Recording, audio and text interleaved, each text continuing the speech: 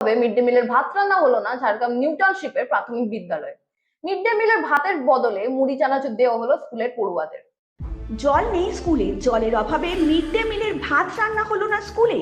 Mid day মিলের ভাতের বদলে মুড়ি চানাচুর দেওয়া হলো পড়ুয়াদের। ঘটনাটি ঘটেছে ঝাড়গ্রাম শহরের ঘোড়াধরা এলাকায় অবস্থিত নিউ টাউনশিপ প্রাথমিক বিদ্যালয়। কম বেশি 1 বছর ধরে অকেজো স্কুলের পানীয় জলের পাম্প, তাই গরম পড়তে না পড়তেই জল সমস্যায় জেরবার নিউ টাউনশিপ প্রাইমারি স্কুল।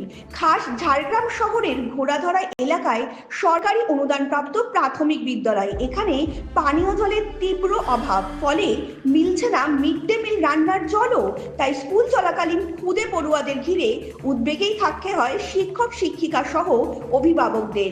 ব্যস্ত সড়কের পাশে প্রাথমিক বিদ্যালয়, পাশে রয়েছে 2টি অঙ্গনওয়াড়ি সেন্টার ও একটি প্রাথমিক বিদ্যালয়। সব মিলিয়ে খুদে পড়ুয়ার সংখ্যা প্রায় 250 জন। ঝাড়গ্রাম স্টেডিয়াম, ঝাড়গ্রাম থানা আর বিডিও অফিসের মাঝে এই বিদ্যালয়। তবু স্কুলের জলের সমস্যার সমাধানে প্রশাসনের দপ্তরের তরফ থেকে সচেষ্ট নয় বলেই আক্ষেপ করেছেন ভারপ্রাপ্ত প্রধান শিক্ষিকা। স্কুলের প্রধান শিক্ষিকা আরও জানান, জেলা প্রশাসন, শিক্ষা দপ্তর, কাউন্সিলর সহ একাধিক জায়গায় জানানোর পরেও হয়নি সমস্যার কোনো সমাধান। কবে জলের সমস্যা মিটবে তাকেই দাঁড়িয়ে স্কুলের ছাত্রছাত্রীরা। কি নাম আপনার? কমলা বেরা। আজকে বিদ্যালয়ে কি খাওয়া দাওয়া ছিল মিড ডে মিলে? আজকে আমি বিদ্যালয়ে এসে তারপরে মাসিদের কাছ থেকে শুনলাম ওদের জ্বর এসছে এবং মানে জল বয়ে বয়ে ওদের হাত পাও মানে ব্যথা আর কি। ওরা বলছে আর আমরা জল বইতে পাচ্ছি না।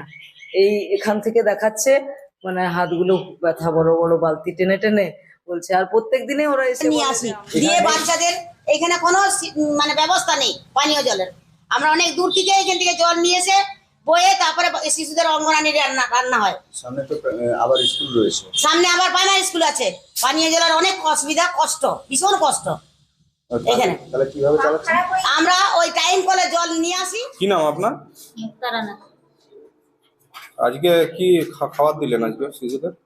খাবার দেওয়া হয়েছে মুড়ি চানাচুর। কেন মুড়ি চানাচুর কেন? জলের খুব কষ্ট, জল আনতে পারিনি, খুব হাত ব্যথা, পা ব্যথা হয়ে গেছে জল বয়ে বয়ে। জলের সমস্যা প্রায় 1 বছর ধরে।